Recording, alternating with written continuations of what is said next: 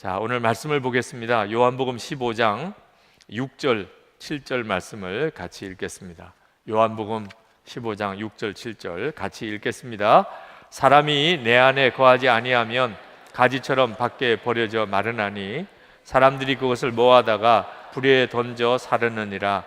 너희가 내 안에 거하고 내 말이 너희 안에 거하면 무엇이든지 원하는 대로 구하라. 그리하면 이루리라. 아멘. 예수님께서 제자들에게 내 안에 거하라 이렇게 하신 말씀은 정말 놀라운 말씀이고, 그리고 우리의 구원을 그대로 보여주는 것입니다. 내 안에 거하라, 나도 너희 안에 거하리라. 4절에, 요한복음 15장 4절에 주님이 그렇게 말씀하셨습니다. 여러분, 우리가 예수님을 믿는다는 것은 우리의 문제, 내가 가지고 있는 모든 근심들 다 주님께 정말 다 맡겨버리는 것입니다. 그 말은 더 이상 걱정도 안 하고 염려도 하지 않는다는 거죠. 이것이 진짜 예수를 믿는 것입니다. 저는 여러분들 모두가 다 예수님을 믿어도 정말 이렇게 믿게 되기를 축복합니다. 예수를 믿으면 우리의 처지와 형편이 어떻든지 간에 평안하고 기쁘고 감사합니다. 만약에 지금 그렇지 않다면 오늘 여러분들이 주님과의 관계를 바로 하실 수 있게 되기 바랍니다. 오늘 주님은 여러분들에게 이 분명한 체험을 주실 것입니다. 여러분들이 예수님을 진짜 오늘 믿게 된다면, 그래서 여러분이 주님 안에 거하게 된다면 지금 여러분의 처지와 형편이 어떠하든지 간에 여러분들은 평안과 기쁨과 감사를 누리게 되실 것입니다.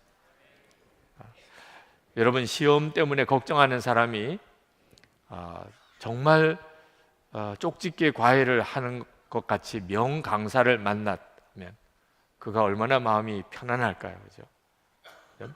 시험 때문에 걱정하는 학생이 너무나 좋은 참고서를 그가 구할 수 있었다면 그러면 그는 얼마나 마음이 편안할까요?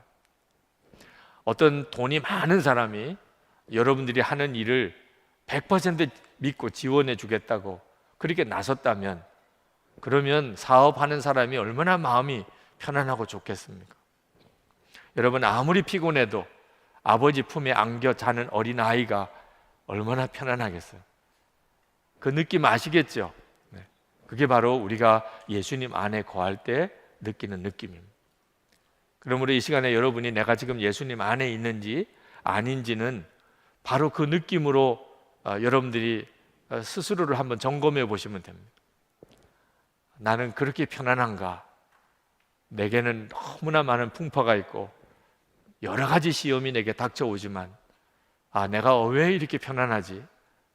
주님 안에 있으니까 그렇게 되는 것입니다. 여러분이 예수님 안에 거하면 정말 당신은 어디 믿는 데가 있나 봐요. 이런 이야기를 자꾸 듣게 됩니다. 옆 사람에게 한번 해주세요. 네, 당신은 믿는 데가 있나 봐요. 이렇게. 그런 사람을 보면 그러면 우리는 그런 생각을 하게 됩니다. 믿는 데가 있나 봐. 어디 믿는 데가 있나 봐.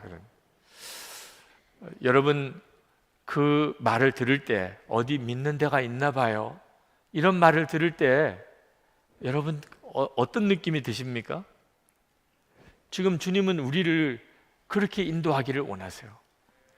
사람들로부터 자꾸 어디 믿는 데가 있나 봐요.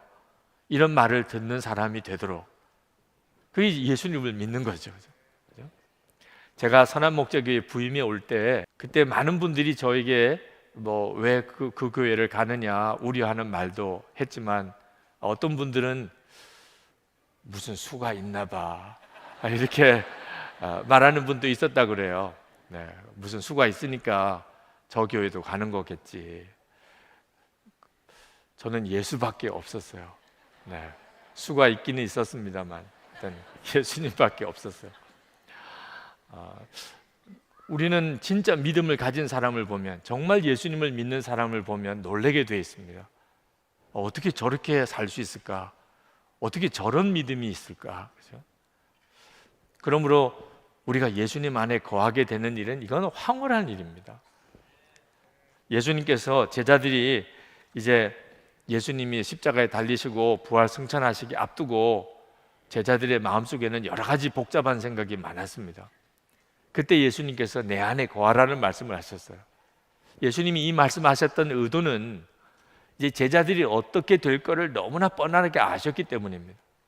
예수님이 이제 부활승천해서 자기들 눈에 보이지 않게 되면, 그러면 그들은 자기들의 힘을 가지고 주님이 명령하신 명령을 어떻든지 이렇게 순종하려고 애를 쓰게 될 것이라.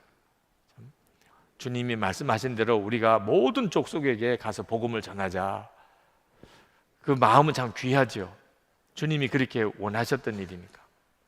근데 그렇게 하면 반드시 어떤 일이 오냐면 낙심하고 좌절하고 실패하고 꺾어지고, 그리고 탄식이 나오고, 그리고 지치고, 이런 일을 겪게 되게 돼 있어요. 우리 주님은 바로 그 점을 걱정하신 겁니다. 여러분, 우리가 꼭 세상 일만 한다고 지치는 거 아닙니다. 교회 일 하면서, 주의 일 하면서 지치고 좌절하는 사람 많습니다. 우리가 하나님이 기뻐하시는 일도 해야 되지만 하나님이 기뻐하시는 분위기로 일을 할 수 있어야 돼요. 예수님께서 지금 제자들에게 하시는 말씀은 핵심이 어디에 있느냐 하면, 너희들이 이제 내가 너에게 명령한 일들을 수행하려고 할 때 낙심하고 지치고 좌절하고, 그리고 서로 불평 원망하고 남의 탓하고, 그렇게 해서는 내가 원하는 일이 아니야. 그래서 주님이 말씀하신 거예요. 제자들이 이렇게 될까 봐 걱정하는 겁니다. 이제는 우리가 해야 되나 봐. 이제는 이제 우리만 남았네. 절대 그렇지 않다는 것입니다. 예수님이 부활승천하시고 난 다음에 그때 제자들과 예수님과의 관계는 지금 주님이 제자들과 이렇게 대화하는 것보다 훨씬 더 가까운 관계가 됩니다. 이제부터 제자들은 예수님 안에 거하고 예수님은 제자들 안에 거하는 관계, 예수님과 제자들은 완전히 하나 된 관계, 그렇게 된다는 거예요. 그러니까 예수님이 부활승천하시고 난 다음에도 제자들이 할 수 있는 일은 오직 하나, 예수님만 전적으로 의지하는 것입니다. 육신의 눈으로 예수님이 계신 것을 보고 따라다니는 것처럼 항상 주님만 따라다니는 것입니다. 오늘 우리는 예수님께서 부활승천하시고 난 다음에 우리는 이 땅에 태어난 사람이에요. 우리는 예수님이 육신으로 계시는 것을 보지 못한 사람이에요. 우리는 어떻게 해야 예수님을 믿는 거지요? 우리가 예수님 안에 거하는 것, 주님이 우리 안에 거하시는 것에 대해서 눈이 뜨이지 못한다면 우리는 절대로 예수님을 제대로 믿을 수가 없습니다. 우리는 제자들보다 사실은 더 복된 사람입니다. 예수님 안에 거하고 또 주님은 우리 안에 거하시는 바로 그 믿음으로 우리가 살게 됐기 때문에. 여러분, 지금 주님은 우리와 같이 계십니다. 그러므로 우리도 당연히 주님 안에 거해야 합니다. 주님이 우리와 함께 계시는 것에 대해서 여러분 눈이 열리셔야 돼요. 우리가 예배 드릴 때 우리가 그것을 경험합니다. 주님이 우리와 함께 하시다는, 찬양하고 뜨겁게 통성으로 기도하고, 우리가 조금 전까지 그렇게 찬양하고 기도했잖아요. 여러분 그 분위기가 느껴지시죠? 지금도 우리가 이렇게 모여 앉아 있는 이 분위기가 극장과 다르잖아요. 시장과 다르잖아요. 지금도 하고 있는지 모르지만 야구장과 다르잖아요. 모인 모습은 비슷해 보이는데 영적인 분위기가 다르잖아요. 도대체 이게 뭘 말하는 거죠? 우리 주님이 우리와 함께 계시는 것을 우리가 그렇게 느끼고 있는 거예요. 눈으로는 보지 못합니다, 주님을.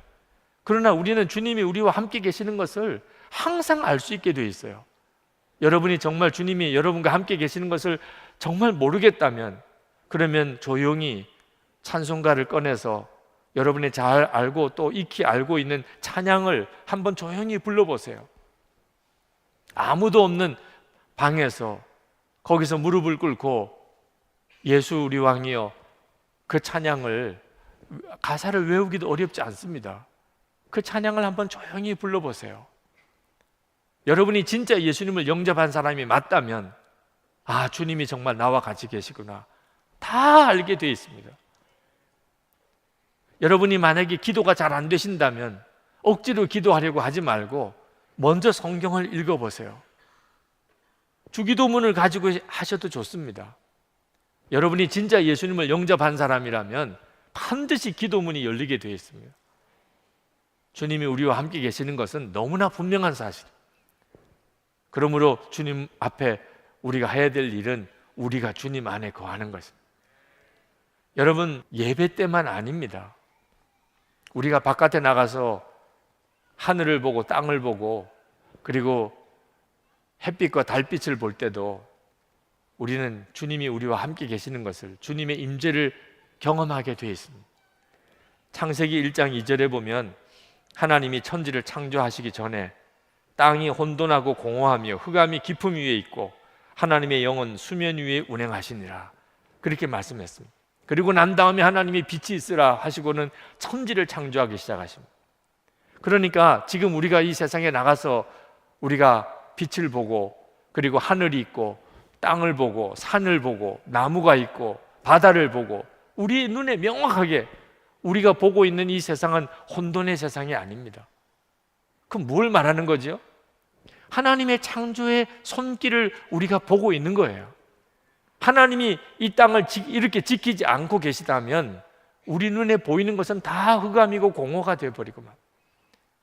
그러므로 불신자들은 말씀을 모르니까 도무지 깨달을 수가 없는 거지만 우리는 나가서 하늘을 쳐다보면서도 오 하나님, 그렇게 되는 거예요. 나무를 보면서도 오 하나님, 하나님을 보게 되는 거예요. 주님이 우리 눈에는 보이지 않으시지만 주님이 하신 일들이 지금 우리 눈에 다 보이는 겁니다. 안타까운 것은 이렇게 분명한데도 주님이 우리와 함께 계시고 하나님이 살아계신 증거가 이렇게 분명한데도 여전히 많은 그리스도인들은 주님이 마치 자기와 함께 계시지 않은 것처럼 그렇게 살아가고 있다는 것입니다. 여러분, 우리 자신이 이제는 은혜의 눈이 열려야 합니다. 많은 사역자들, 목사님들을 만나도 힘들다는 말이 이렇게 쉽게 나옵니다. 목사님 너무 힘들어요.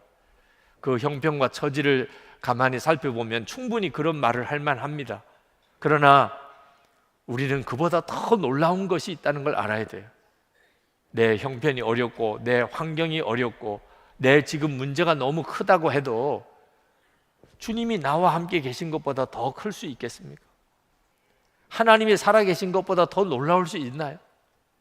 사실은 우리가 살아가는 삶이 어떤 삶이든지 간에 고민하고 힘들게 몸부림치면서 살 이유가 하나도 없습니다. 예수를 믿었다고 한다면 이제는 정말 주님만 믿고 살면 되는 겁니다. 지금 내 눈에 보기에는 뭐 어떻게 길이 없을 것 같아도 그래도 주님만 따라가면 다 길이 열립니다. 여러분, 자전거 타고 시장에 가보신 적 있습니까? 그 시장에 사람들이 너무나 많으니까 어떻게 그 자전거를 타고 갈 수 있어요? 그런데 실제로 자전거를 타고 가보세요. 다 길이 열립니다. 그리고 시장을 빠져나오게 돼 있어요. 여러분, 정말 주님을 믿고 그렇게 나가보세요. 지금 현재 여러분의 가정 문제가 눈앞이 캄캄합니까? 여러분, 지금 여러분의 일터, 사업 문제가 눈앞이 캄캄합니까? 여러분의 가족들의 문제가 눈앞이 캄캄합니까? 여러분의 사명지에 지금 정말 절벽입니까? 우리가 믿는 것은 내 눈에 좋은 형편을 믿는 게 아닙니다. 내가 믿는 것은 주님을 믿는 것입니다. 예수님 그분이 길이신 겁니다. 그러니까 주님이 나와 함께 계신 게 분명하다면 이미 길이 있는 것입니다. 이것이 바로 예수님 안에 거하는 것입니다. 여러분, 우리가 왜 그렇게 낙심이 되는 줄 아십니까? 주님 안에 거하지 않아서 그런 것입니다. 이제는 여러분 정확히 아셔야 합니다. 환경이 어려워서도 아니고 사람이 문제여서도 아닙니다. 너무 문제가 많이 생겼기 때문도 아닙니다. 왜 내가 이렇게 낙심하나? 내가 왜 이렇게 좌절했는가? 오늘도 보혈 찬송을 할 때 주님께서는 낙심하고 좌절한 이들이 오늘 많이 있다고 말씀하셨습니다. 여러분이 왜 낙심하고 좌절하십니까?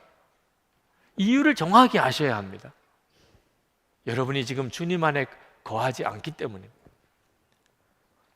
요한복음 15장 4절에 가지가 포도나무에 붙어 있지 아니하면 스스로 열매를 맺을 수 없음 같이 너희도 내 안에 있지 아니하면 그러하리라. 왜 열매가 없습니까? 주님이 함께 계시는 증거가 왜 안 나타납니까? 가지가 포도나무에 붙어 있지 않으면 열매가 없듯이 우리가 주님 안에 거하지 않으면 그러면 우리의 삶 속에는 주님의 역사가 안 나타난다. 5절 말씀에도 똑같이 말씀합니다. 나를 떠나서는 너희가 아무것도 할 수 없습니다. 6절에서 또 말씀합니다. 사람이 내 안에 거하지 아니하면 가지처럼 밖에 버려져 마르나니 사람들이 그것을 모아다가 불에 던져 사르느니라. 그러므로 오늘 이 자리에 계신 여러분들은 이제는 분명하게 아시기 바랍니다. 낙심이 오고 좌절이 오고 그리고 내 마음이 공허하고 메마르고 기도가 잘 안 되면 이유는 하나입니다. 아, 내가 주님 안에 거하지 않고 있구나.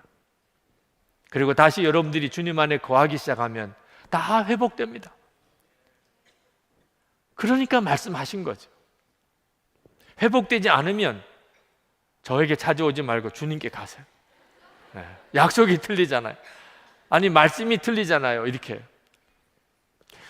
제가 어느 교회 부흥회를 갔다가 울면서 상담하시는 여자 집사님을 만났습니다. 딸이 이제 고3이라 시험을 봐야 되는데 정신병원에 있다는 겁니다. 그러면서 목사님 제가 그랬어요. 저 때문이에요. 사정을 가만히 들어보니까 고등학교 1학년 때 그때 늦게까지 일터에서 일을 하고 남편과 함께 집에 들어왔는데 말 잘 듣고 공부 열심히 하고 그렇게 이쁜 그 딸이 그 시간까지 방에 불이 켜져 있더래요. 아, 공부하나 보다. 그리고는 반가운 마음으로 지금까지 공부하니? 그러면서 방문을 열었는데 정말 세상에 그 컴퓨터에 음란한 영상들이 돌아가는 것을 보았어요. 그 아이도 충격을 받았고 얼마나 놀랬겠어요. 엄마 아빠가 들어온지도 모르고. 그걸 본 이 집사님은 또 얼마나 놀랬겠어요. 고등학교 1학년 여자아이. 딸이 완전히 타락했구나. 상상이 안 되는 일이었어요. 그리고 그날 밤새도록 그 아이를 닥달을 했습니다. 그리고는 정신 이상이 된 거예요. 그 다음날 학교에서 선생님이 연락이 왔습니다. 이상해졌다는 거예요. 그때부터 계속 정신병원을 다니고 결국은 중퇴하고 그리고는 혼자서 시험 공부를 검정고시를 치고 시험 공부를 하지만 계속 정신병원을 왔다 갔다 하면서 정상이 아닌 겁니다. 이제 입시를 앞두고 있는데 그때서야 이분이 마음이 깨달아진 것이 이 딸을 그렇게 만든 게 자기다. 그때 왜 그랬는가 이야기를 하더라고요. 남편과 사이가 너무 안 좋았다는, 사업 때문에 시동생과의 어떤 연결된 문제 때문에 그렇게 다투었다는 거예요.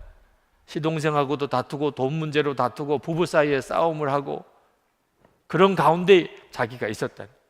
그런데 믿었던 딸마저 그렇게 되니까 자기가 도무지 이성을 잃어버렸다는 겁니다.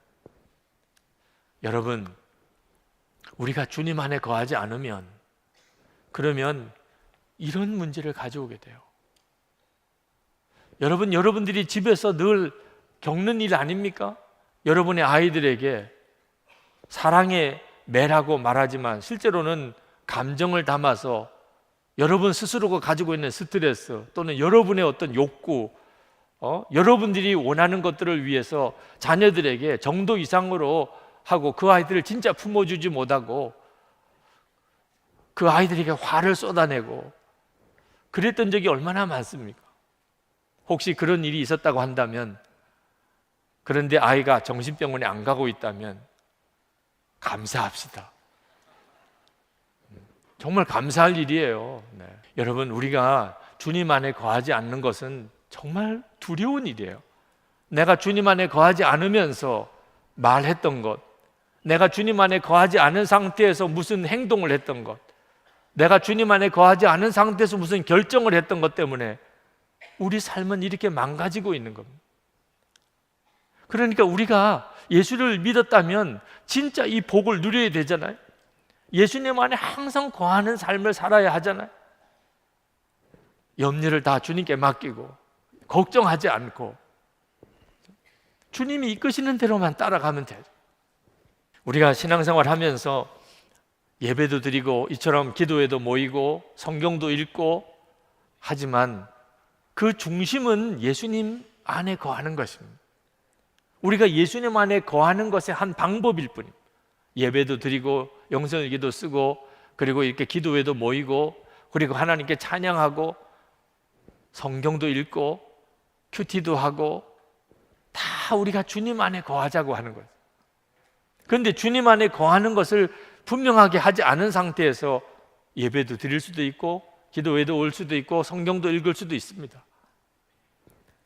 그건 서서히 종교 생활이 되어버리는 거예요. 여러분 겉으로 하는 이런 어떤 교회 생활이 그게 꼭 주님 안에 거하는 것을 말해주는 건 아닙니다. 주님 안에 거하지 않으면서도 얼마든지 주일 예배는 계속 드릴 수도 있습니다. 오늘 이렇게 금요일 기도에 오셨지만 주님 안에 거하지 않은 상태에서 이 자리에 앉았다가 가실 수도 있어요. 중요한 것은 우리가 정말 주님 안에 거하는 것입니다. 여러분 예수 믿는다는 것은 도대체 어떤 사람을 말하는 거죠? 천주교에서는 세례를 받았느냐, 세례 증서가 있느냐, 그게 천주교에서는 그게 가장 중요해요. 우리 개신교회라고 그러죠. 개신교회는 십자가의 복음을 믿었느냐, 그걸 굉장히 강조합니다. 어떤 좀 자유적인 그런 자유주의 신학을 하고 있는 그런 목사님의 교회에서는 어떻게 하면 이웃들에게 사랑을 베푸느냐, 선행을 많이 하느냐, 정의롭게 행동하느냐, 그런 걸 굉장히 중요하게 따집니다.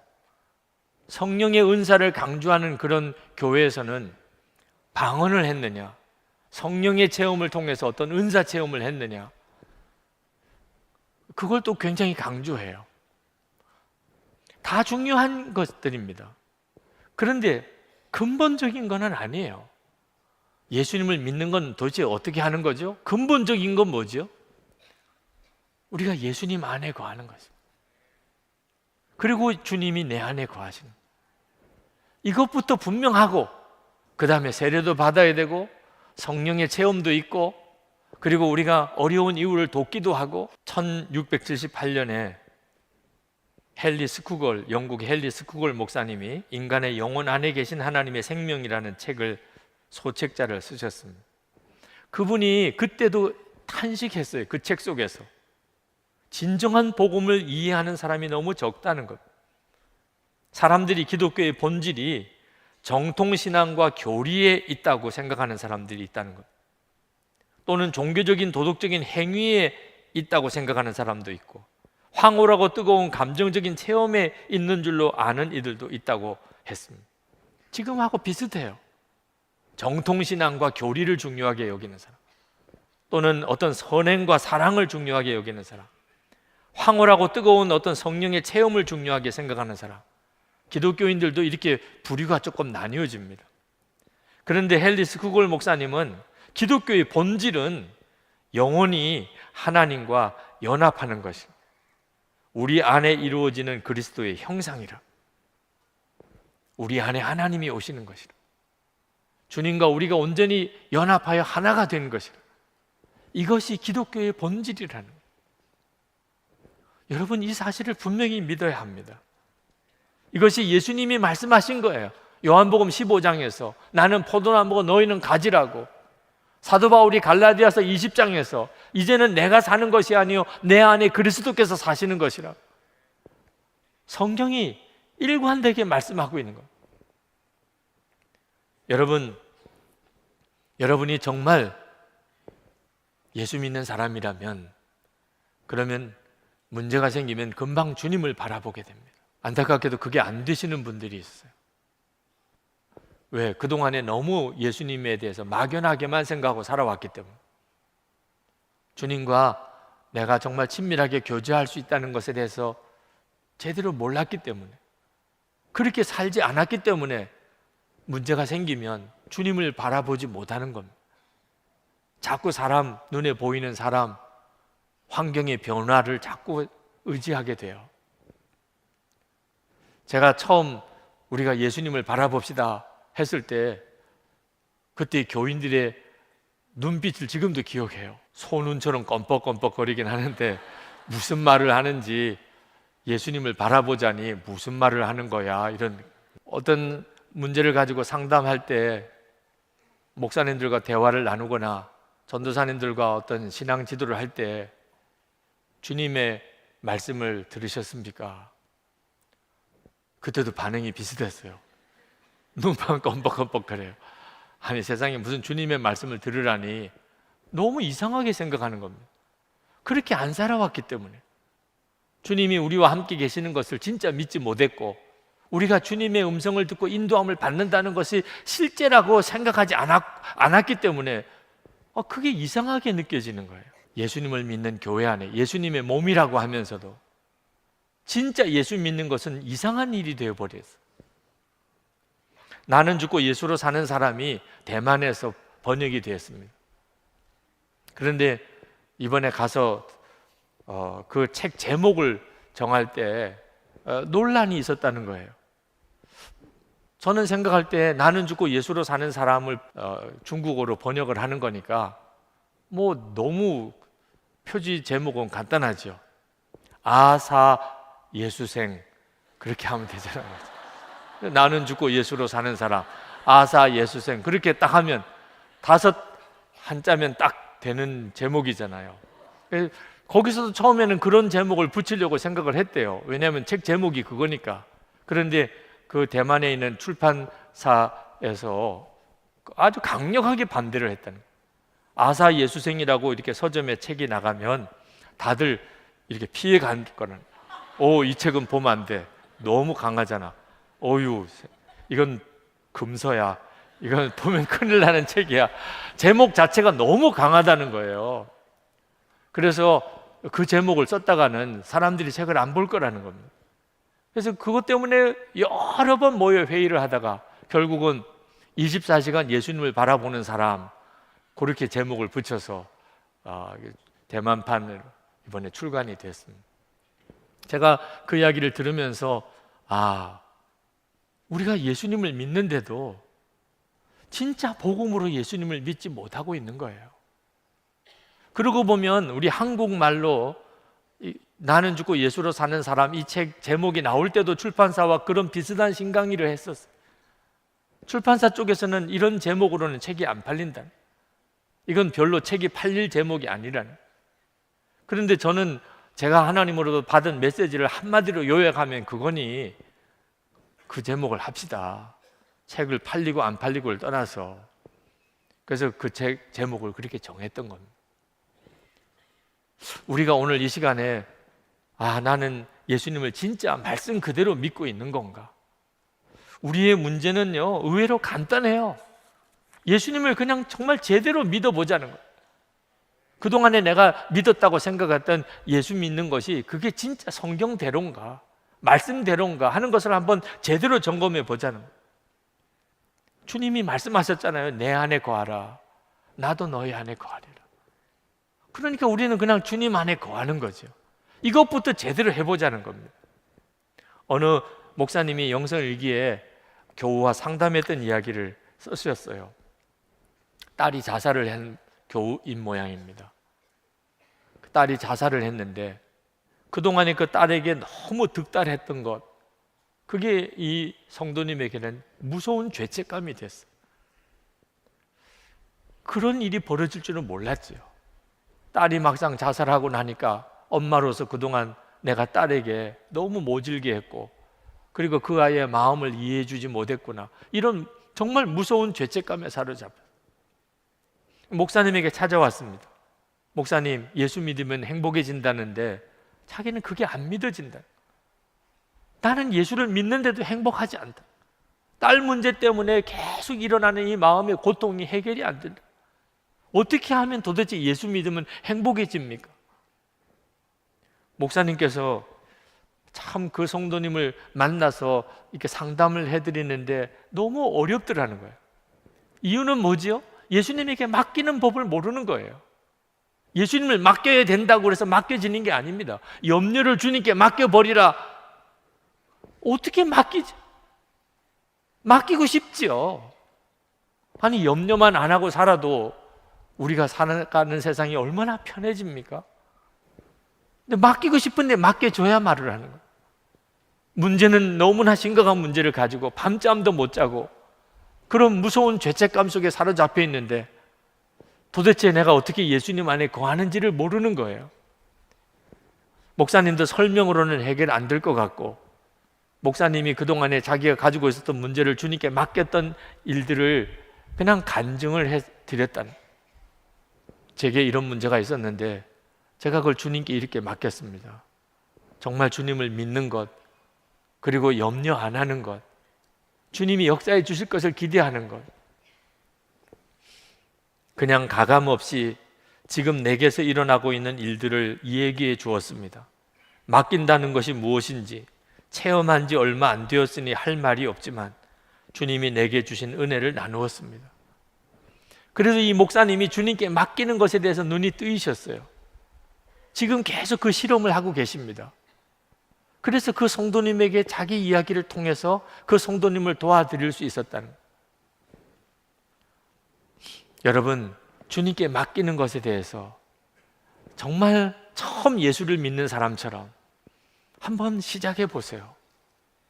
주님은 살아계시고 주님이 더 원하시니 반드시 눈이 뜨이게 됩니다. 오만에서 사역하시는 선교사님이 한국으로 귀국하는 선교사님 한 분이 계셔서 공항까지 운전을 해드렸대요. 그 운전해 드리면서 정말 물어보고 싶은 것을 하나 물어봤어. 선교사님, 이제 이렇게 한국에 들어가시는데 다시 나오실 마음은 없으십니까? 그냥 한국으로 떠나시는 선교사님이 너무 마음이 안타까우니까 다시 나오실 의향은 없으십니까? 그랬더니 그분이 이런 이야기를 하더랍니다. 한국으로 돌아가는 데는 여러 가지 이유가 있습니다. 공동체 생활을 하는 것도 어려운 이유 중에 하나가 됩니다. 그러나 내 안에 기쁨이 없는데 어떻게 다른 사람에게 복음을 전할 수 있습니까? 결국 그게 가장 큰 이유들이에요. 여러 가지 환경의 어려움도 있고 공동생활의 어려움도 있지만 제일 중요한 거는 내 안에 기쁨이 없는데, 어느 순간에 선교사로 나왔는데 어느 순간에 내 안에 기쁨이 없어요. 예수를 믿고 선교사까지 나왔는데도 내가 그런데 어떻게 복음을 전할 수 있나요? 결국 못 견디고 한국으로 돌아오신 그 선교사님이 공항에서 집으로 돌아오면서 내 안에는 기쁨이 있는가? 그리고 정말 기쁨을 주시는 주님께 간절히 자신을 의탁하는 그런 내용의 일기를 쓰셨습니다. 여러분, 이제는 우리가 말로만 들어서는 안 될 문제에 부딪혀 있습니다. 정말 주님은 살아계시고 나는 주님 안에 있고 주님은 내 안에 계시는가? 이제는 건성으로 듣고 지나가지 마시고, 내가 이것을 분명히 내가 체험해야 되겠다. 힘들 때, 그때 진짜 더욱 주님을 바라봐요. 그때가 정말 중요한 때예요. 여러분들 중에 지금 힘든 일이 있습니까? 그건 정말 기가 막힌 기회예요. 이제 진짜 말씀을 체험할 수 있는 기회예요. 그래서 일기를 쓰라는 거예요. 하나님, 정말 나 힘듭니다. 그런데 주님은 내게 이런 가운데서 평안을 주시고 기쁨을 주실 수 있습니까? 내가 정말 살아계신 주님을 믿고 있다면, 그렇다면 제가 주님께 정말 믿고 맡기고 주님이 주시는 평강을 내가 경험하고 싶습니다. 어려운 일이 실제니까 그 체험도 실제가 되는 거죠. 아주 혼란스러울 때 이렇게 해야 되나 저리로 가야 되나, 이건 너무나 놀라운 기회인 것입니다. 주님은 한 가지 길을 아시지 않습니까? 말씀해 주세요. 내가 깨달을 수 있게 해주세요. 여러분, 목표가 뭔지 아십니까? 내가 예수님 안에 거하고 있구나. 내 마음속에 설명할 수 없는 하나님의 평안이 있어요. 사람들이 이상하게 여길 정도로. 그러면 주님 안에 거하고 있는 것입니다. 그런 어려운 중에서 내게 감사가 나와요. 내가 주님 안에 거하고 있는 것입니다. 일본에서 목회하시는 소대선 목사님, 그 목사님은 영성일기가 항상 끝은 50까지 감사 제목으로 끝납니다. 읽기도 벅차요. 50가지 감사 제목이 매일 올라옵니다. 지난번에 우리 새벽기도에 오셔서 이야기하셨어요. 자기가 왜 그렇게 영성일기에 50가지 감사 제목을 쓰고 있나? 그분은 이렇게 말했습니다. 날마다 50가지 감사 제목을 영성일기에 기록하는 것은 저 자신이 영적으로 무너지지 않고 살기 위해서 몸부림치는 것입니다. 부족해도 나약해도 누가 알아주지 않아도 매일 모든 순간을 감사로 고백하고 그것을 기록하는 영성일기를 쓰면서 상황과 시련과 유혹에 무너지지 않고 주님을 바라보게 됩니다. 여러분, 우리가 주님 안에 거하는 것은 분명한 목표가 있어요. 그래야 여러분이 주님 안에 거했는지 알게 되고 계속 거해야 되는 것에 대해서도 여러분이 깨닫게도 됩니다. 감사가 나오면 그러면 주님 안에 거하고 있는 거예요. 예능교회 조건희 목사님이라고 계신데 그 사모님이 암에 걸리셨습니다. 그 이야기를 듣고 우리가 다 위해서 정말 간절한 마음으로 기도를 했는데 그 사모님이 아주 영적으로 충만하신 분이세요. 암이라는 진단을 받고 하나님 앞에 기도하는데 수술을 받지 않기로 결심을 하십니다. 항암 치료도 안 받겠다고 하셨어요. 그 대신에 즐겁게 감사하며 그렇게 하루하루를 살겠다고 그렇게 하나님 앞에 결단을 했어요. 하나님, 저는 그냥 매 순간 암에 걸려 있지만 즐겁게 감사하며 그렇게 살겠습니다. 그리고 그는 계속 그렇게 즐겁게 감사하며 그렇게 살았어요. 암이 있는데 그렇게 한다는 건 대단한 참 일이죠. 그러나 항상 그게 기준이에요. 모든 사람을 대할 때, 무슨 일을 만날 때든지 항상 즐겁게 감사한 마음. 내 속에 암이 있다는 걸 알면서도 그것이 그 사모님의 기준이었어요. 언제 한번 만날 기회에 아주 참 얼굴이 밝으신데 이야기하기를 내일 병원에 가게 된다는, 이제 암 진단 받은 지 3년이 됐다는 거예요. 그래서 내일 병원에 가서 검사를 받기로 했다는 겁니다. 너무 얼굴이 밝으셔요. 제가 생각할 때는 참 심각한 날인데요. 그렇죠? 암 치료도 안 받았어요. 그리고 3년 만에 이제 병원에 가는 겁니다. 그 뒤에 문자가 왔어요. 검사를 했는데 암세포가 다 사라졌습니다. 정말 너무나 놀라운 감동이었어요.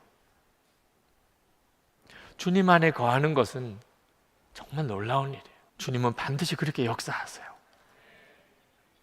만약에 여러분의 마음에 평안이 없고 감사가 없다면 여러분에게 필요한 것은 주님 안에 거하는 것뿐이에요. 주님 안에 거하는데도 여전히 그렇다. 주님 안에 더 거할 뿐이에요. 주님께서 반드시 회복시켜 주세요.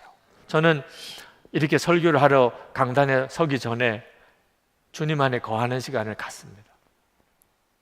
사실 여러분이 보기에는 그냥 술술술 말이 나오는 것 같아도 이렇게 강단에 서서 설교하는 일은 참 어려운 일입니다.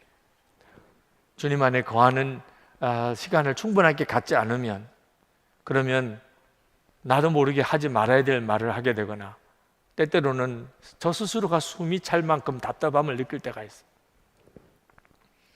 여러분, 김하중 장로님이라고 아시죠? 네. 그분이 청와대에서 외교 안보 수석을 할 때, 그때가 그분이 섬겼던 대통령이 김대중 대통령입니다. 그 대통령께 무슨 결전을 맡으러 들어갈 때 그분은 늘 먼저 주님 안에 거하고 기도하는 시간을 갖습니다. 그리고 대통령을 만나고 이제 보고도 하고 항상 만족스러운 결과를 얻었어요. 그게 그분의 원칙이었습니다. 근데 어느 날 급하게 대통령께 결재를 들어갔는데, 들어가서 대통령 앞에서 인사를 하고 생각해 보니까 주님 안에 거하는 기도 시간을 가지지 않은 겁니다.